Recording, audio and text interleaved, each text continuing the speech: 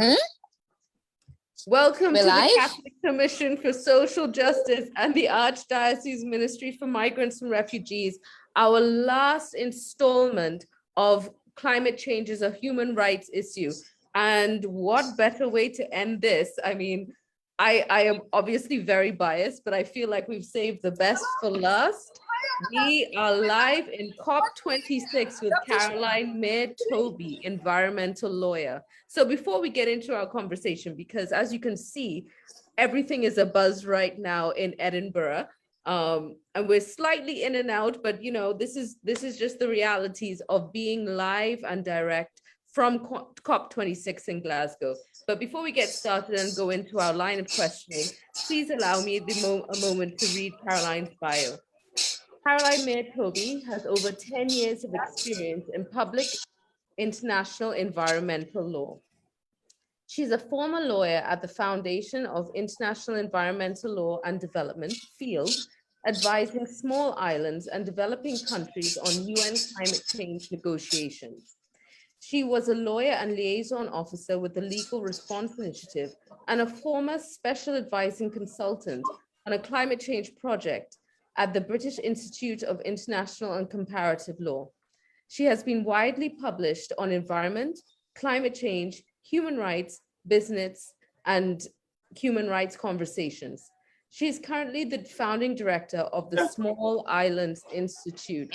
Caroline, thank you so much for joining us today. I know you are super busy and we've literally pulled you out of your meetings. I hope you can hear us, and please tell us, well, I want to just start with this question. I have to start with this question, Caroline. How proud are you to be a Caribbean woman at COP26 right now? Hi, Dominique, and I just want to thank you and your institute for having us here. This is just fantastic. I love what the Catholic Church in Trinidad is doing with social justice, and I'm just so proud of all of the work that you guys have been doing with refugees. So just thank you for your hard work, and thank you for having me to speak.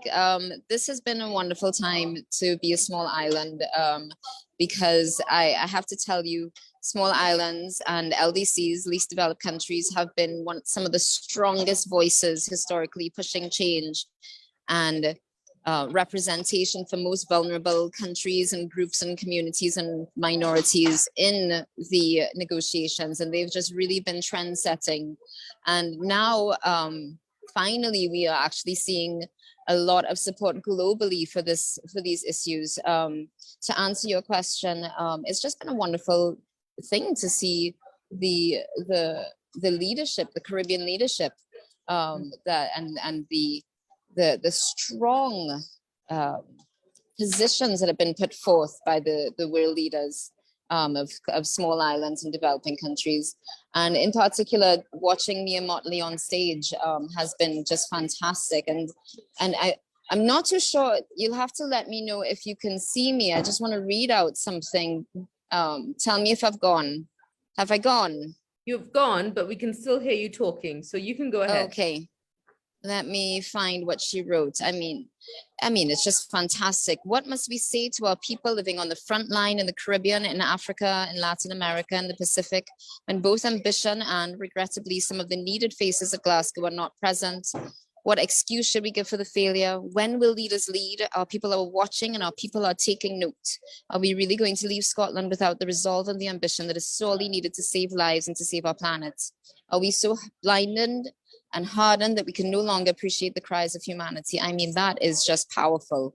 And to know that that was one of our own, that was one of our ladies, gave me goosebumps, to be honest.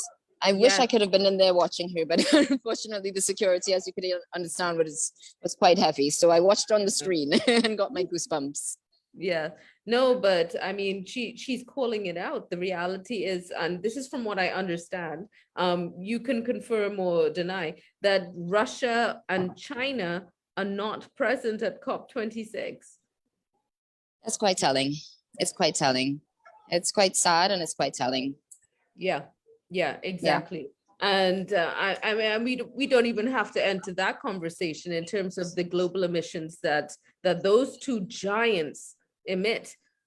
Absolutely. So Absolutely. yeah. I mean, what you're seeing right now is the kind of the line in the sand that countries are drawing, and this has been the line that's been there for quite a while. And as I said, we just need everyone to really start committing. We need to shout louder, push harder, not accept anything less. And we hope that our world leaders will take that stance on the negotiating front. And committing financially. I mean, if we're to understand Mair-Toby, I think she, and I quote, climate finance to fund frontline small island states has declined by 25%. Mm-hmm. I believe It was supposed to be 100 billion that they had committed 10 years ago, and that, I think they've only seen not even 80% of that. Wow. Yeah. Wow. And it needs much more, though. That's the thing. It sounds like a lot, but so much is needed. So much is needed for adaptation, for loss and damage. It's a lot. I don't want to depress everybody who's tuning in, but the reality is, Pope Francis tells us that we should have hope. Caroline, is there hope? Is there hope? I believe there's hope. I believe there's hope because, I've been in this for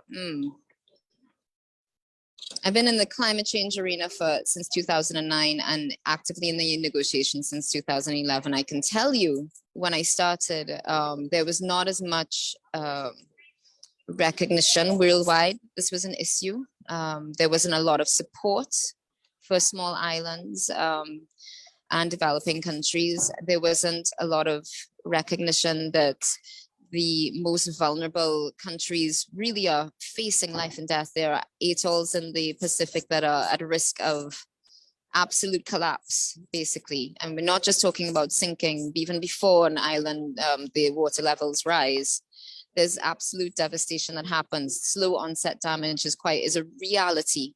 And then in the Caribbean, we're seeing the devastation of the increased power of hurricanes. So it's not a joke when we say this is a matter of life and death for some small islands. Oh gosh, I've gone off on a tangent and forgotten the question. No, you're fine. I was just asking if there was hope, but if there's hope, I think there is hope because people are seeing now that these are the issues facing these vulnerable countries, these vulnerable minorities, and I think that the outpouring in the streets, the protests, the world support is heartening. I think the work that people and celebrities have done, people like Greta Thunberg, and then also the pandemic, which has forced us to, be a bit quiet, take stock. Not that I want to say thank you to the pandemic at all, but it has made people really stop and wake up on what are we doing to our lives, to our world. And then also, I think since 2020 and George Floyd's death as well, there's been a greater interest in minorities worldwide, and the imbalance of treatment and balance of quality of life. And so that has taken on a new sensitivity, I believe, a sensitization in the worldview that we haven't seen before. I think that's actually a brilliant point that you've made, because the reality is this is now a moral issue. It is. We're at a point where the haves have to now address their behavior and what the impact they're having on the world, even though it might not affect them immediately. And we're addressing global greed, we're addressing inequalities. This is a pure social justice issue. And I'm glad we've come around to this conversation, because to me, this is like the crux of this conversation. This is a human rights issue. It is. And at the same time, while floods, I interrupted you. So sorry. Go ahead.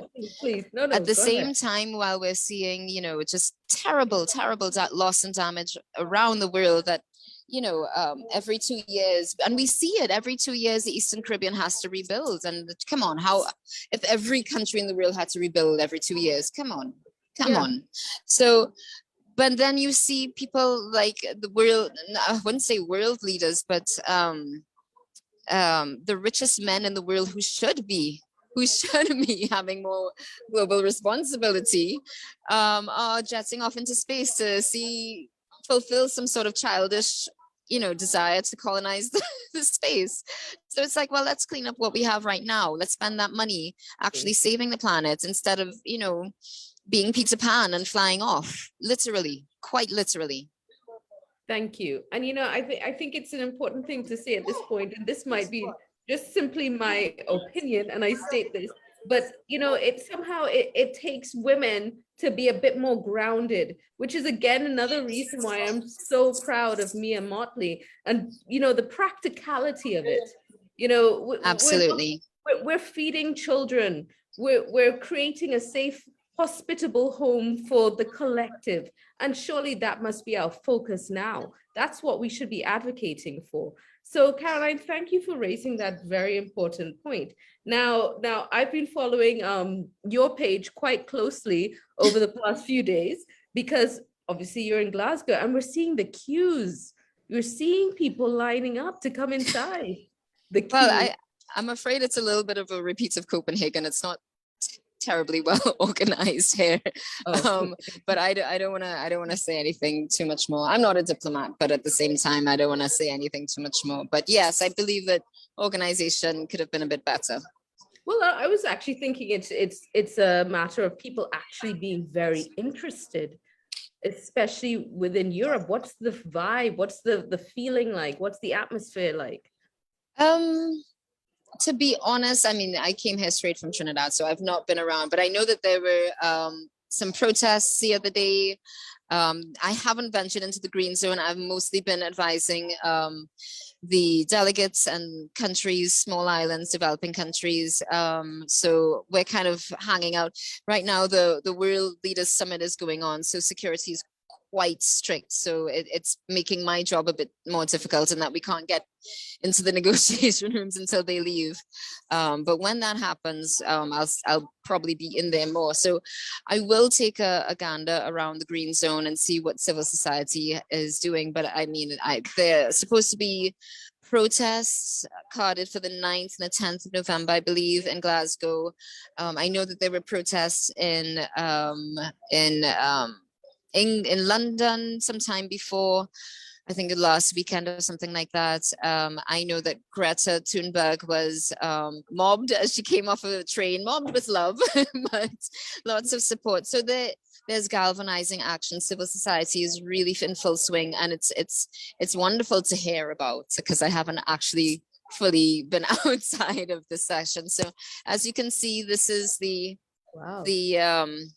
just outside of where the world leaders were meeting. This is just the entrance to the different building.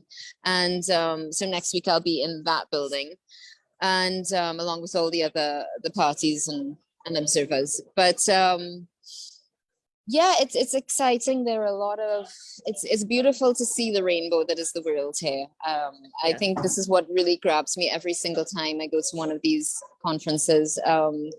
Just the vast number of countries coming out to support their interests. And there's so many developing countries, so many small islands, so many indigenous, traditional and local groups that are standing up and saying no more. You have to, 1.5 is what we need to stay alive. Yes. So, and I'm glad you raised that, because we're on a pathway to 2.7. Yes, yes. We need further commitments. We need further commitments. Now, what I mean, I think India committed to net zero by 2070, so it's a start.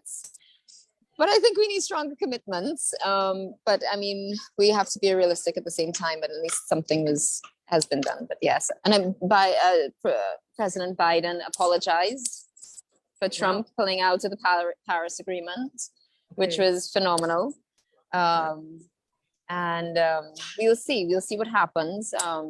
These are promising things, and I don't want to get too excited because there's a lot of show and pony dance and stuff like that. So please, you've mentioned the Paris Agreement. So can we speak to that a little bit more? Coming out of the Paris Agreement. Well, first off, can we, for the lay audience, which I do include Yes. myself in there. What is the Paris Agreement? Okay, well, I anticipated this question, so I'm just going to read from a little paragraph for you.